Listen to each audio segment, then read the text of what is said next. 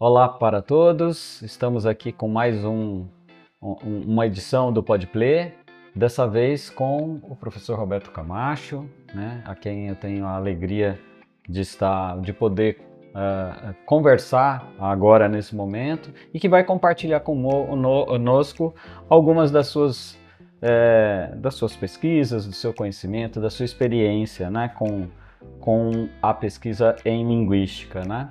O professor Roberto Camacho dispensa apresentações, né?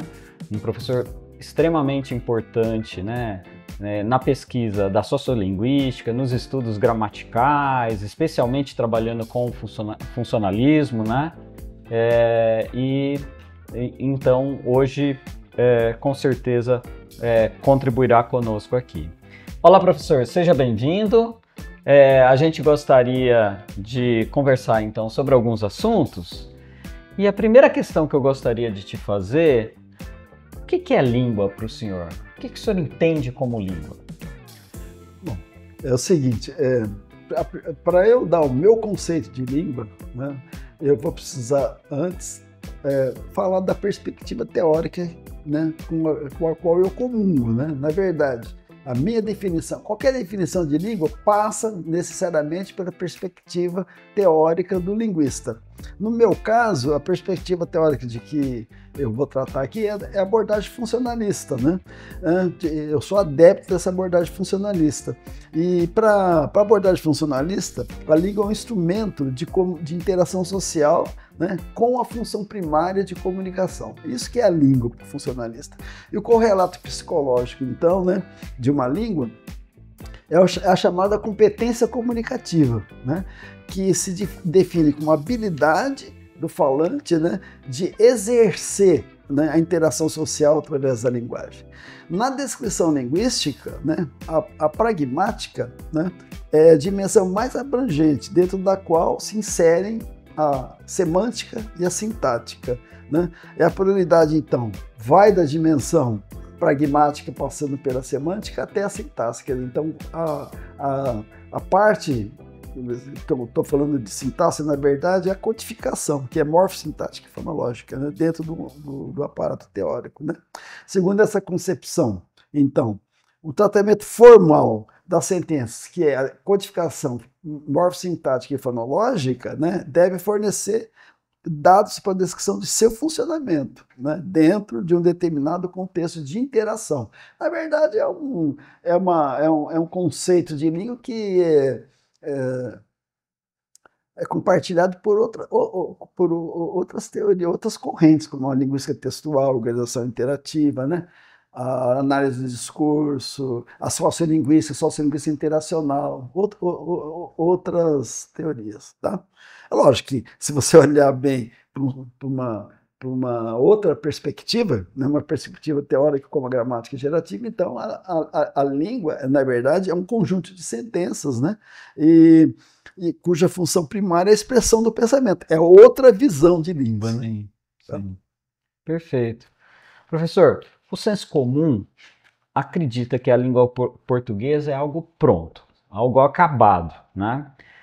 E que os seus contornos já estão descritos, já estão previstos. Então basta se consultar um manual de gramática, um dicionário, que você está tendo acesso a todo o conhecimento que se armazenou sobre língua, Certo. Tá certo? Uhum. Mas há muito o que pesquisar sobre língua portuguesa? Há ainda muito o que se pesquisar sobre isso? Uhum. Bom, tá certo. Acho que sim, mas eu vou começar do princípio, vamos dizer assim, né? Acho que a gramática que rege o senso comum, como você mencionou, é a gramática normativa, enquanto a gramática que rege a linguística, né, é a descritiva. Então você tem dois tipos de gramáticas completamente diferentes. Uma gramática normativa tem a função, então, de impor barreiras sobre o fluxo social da língua, né? Tentando preservar a chamada norma culta, né? Mas como todos sabem, né, para todo linguista, a heterogeneidade, né, e a mudança são propriedades inerentes da linguagem humana, né? Então, isso significa que a língua, uma língua natural, né? Eu estou falando de linguagem em sentido muito genérico, mas as línguas naturais que representam essa capacidade de falar do homem, que é a linguagem, né? Então, as línguas naturais são mutáveis e variáveis. Portanto, tem muito o que dizer sobre a língua sempre. Por quê? Ela é sempre emergente. Certo? A língua é sempre emergente, sempre tem novas categorias, novas formas, novas construções. Então, é um manancial inesgotável de pesquisa. A língua se renova sempre. Sempre. E como tal, então, você sempre tem coisas novas, né, para pesquisar. Perfeito. Na sua visão, para que serve um linguista? A sociedade precisa dessa figura, né? Precisa desses pesquisadores que tomam a língua como objeto de estudo? E para que precisaria? Eu vou falar muito simplesmente uma verdade absoluta, né? Um linguista é um profissional, né, que estuda a estrutura, o funcionamento, a evolução e o uso da linguagem humana. Vamos dizer que essa é uma definição bem genérica, assim. E por que a sociedade necessita dessa figura, né? Desse cientista, né? Primeiramente, né, para mostrar as diferenças entre o uso da língua no contexto social, né, que é sempre variável, e a rigidez das normas prescritivas da gramática normativa, né? Essa diferença é que rege depois o ensino da língua na escola. Mas a sociedade precisa também do linguista, né? Então, na educação, portanto, para criar, como vocês dizem, as bases, né, do desenvolvimento de material didático. O linguista não faz isso pessoalmente, ele descreve a língua, mas a descrição do linguista acaba servindo de base, né, para o desenvolvimento de material didático a ser feito pelo linguista aplicado, na verdade, né, ou pelo educador, né. Também é importante para a sociedade a tradução, quer dizer, toda a tradução é feita por linguistas, então isso significa que a tradução envolve textos literários, mas também textos técnicos não literários, né, bulas de remédio, instruções de máquinas, né, de operação de máquinas, etc, etc. Né? Na linguística computacional, a linguística também se presta ao desenvolvimento de sistemas de processamento, né, de linguagem natural para as tecnologias de informação, como a inteligência artificial, que está muito na moda agora. Né? Você tem que ter um linguista por trás dos algoritmos, né, da inteligência artificial.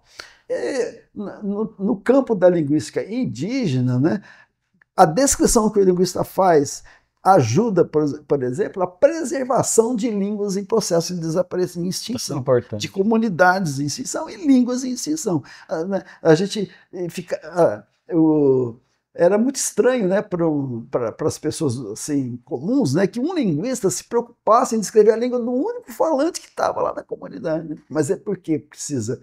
Essa língua está se extinguindo, só tem esse falante. Então é necessário ver como a língua dele funciona, porque você está preservando, né, toda a cultura linguística daquela população. Né?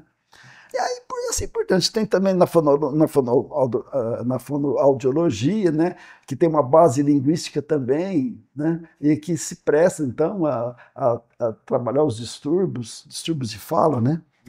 Então, o ensino de língua, em geral, né, que serve para estudar línguas estrangeiras, tanto no ensino médio, quanto no ensino superior, quanto na empresa, né. Tudo isso faz parte, assim, das tarefas sociais do linguístico. Perfeito. Agora, professor, falando de um de seus temas, né? É o tema de um dos seus livros, né? A questão da classe de palavras agora, né? É possível abordar o tema da classe de palavras em sala de aula, né? De um modo diferente daquilo que a gente ainda vê, né, no ensino básico mais tradicional, né? Ou seja, nos livros didáticos, nas práticas dos professores, né? É possível tratar esse tema da classe de palavras sem estudá-las de uma forma ou apresentá-las aos estudantes de uma forma estanque, fragmentada, descolada da funcionalidade que essas classes têm no uso real da língua? Certo. Um olhar linguístico para as classes de palavras, né, mostra que seu estudo não é dissociável, né, da morfologia flexional, né, da sintaxe, da semântica e da pragmática, né? Já que abordar as classes de palavras requer não apenas empregar as categorias tradicionais, né, da gramática, que são categorias nocionais ou semânticas apenas. Então, quando você você vê numa gramática a definição de substantivo, nome ou substantivo, né, que é a palavra que designa os seres reais, imaginários, as entidades existentes no mundo, você tem uma definição nocional, né? Mas o substantivo tem concordância, tem morfemas de número, gênero, no caso do português, né? O substantivo, com base nas flexões, concorda, tem a concordância sintática com as palavras que o acompanham, enfim, você não tem só a visão nocional, né? Essa visão semântica que é única, né, na gramática tradicional. Além disso, você tem que olhar para as classes como um contínuo funcional, um contínuo sem assim categorias estanques, como você estava dizendo. Quando você olha para a língua em uso no contexto social, você não pode só olhar para o nome como completamente diferente, né, do verbo, por exemplo, né? Você vai ver que sempre tem algo contínuo, porque é aquilo que na gramática tradicional se chama forma nominal do verbo, por exemplo. Forma nominal do verbo, por que forma nominal do verbo? Parece que é uma contradição, mas na verdade, né, é uma forma que não é tão verbal quanto as outras, né? Sim, com certeza. Ok. Professor, então agora vou te levar para a última questão, né? A gente vê aí, né, os cursos de letras, né, a meninada começando a se interessar por pesquisa, né, e o senhor já tem uma história aí, uma história bonita, né, que registrou, né, já colocou seu nome aí na história da linguística brasileira, tem muito ainda o que contribuir, né, com a pesquisa, mas já contribuiu bastante, formou gerações e gerações de pesquisadores, né, então... nesse momento eu gostaria que o senhor pensasse que conselho que o senhor daria para alguém que está começando agora, está começando no caminho da pesquisa no campo das letras. Que conselho você daria para um estudante assim? Do alto dos meus mais de 40 anos de experiência, né, na universidade, eu poderia dizer o seguinte, que para quem está iniciando sua caminhada na pesquisa, né, aconselho a olhar para a língua, né, com um olhar socialmente objetivo. Primeiro, né, o que significa se desgarrar de preconceitos sociais sobre as formas linguísticas, né? Eu vou tomar liberdade até de fazer uma citação do Sapir,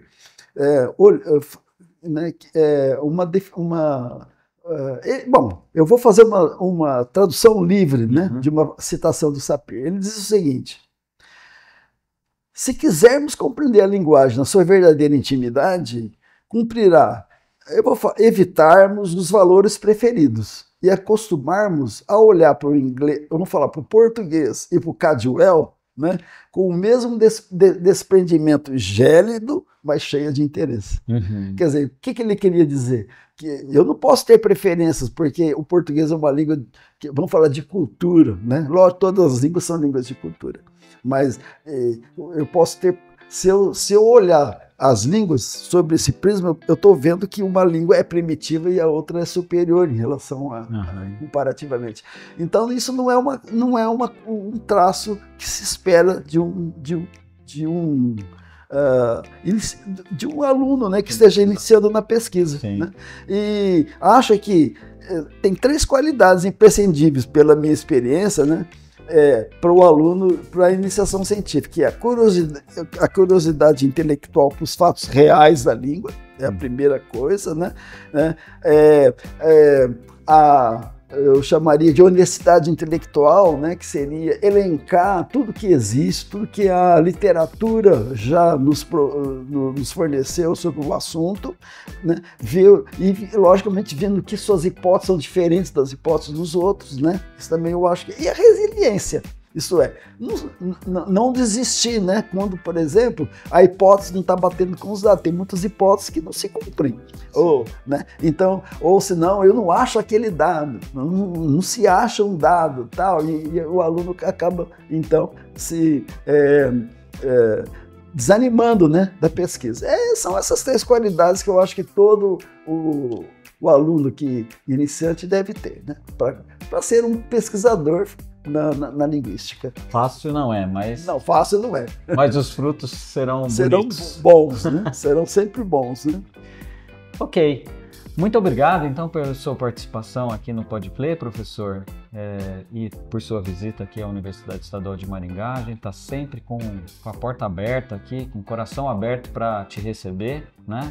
E é sempre uma alegria te ouvir. Tá, para mim também é uma alegria estar aqui, né? Eu agradeço a oportunidade que você me deu aqui no Podplay, né? Uhum. Para falar um pouco mais sobre o nosso objeto científico, que é a linguística, né? Muito obrigado. Ok. Eu agradeço então a todos. Gostaria de convidá-los a compartilhar essa edição, né? É preciso fazer a ciência chegar mais amplamente, né, em todos os lugares da nossa sociedade, né, dentro do mundo acadêmico e fora dele. E gostaria então de pedir que vocês compartilhem, né, e até a próxima edição do nosso Podplay. Até!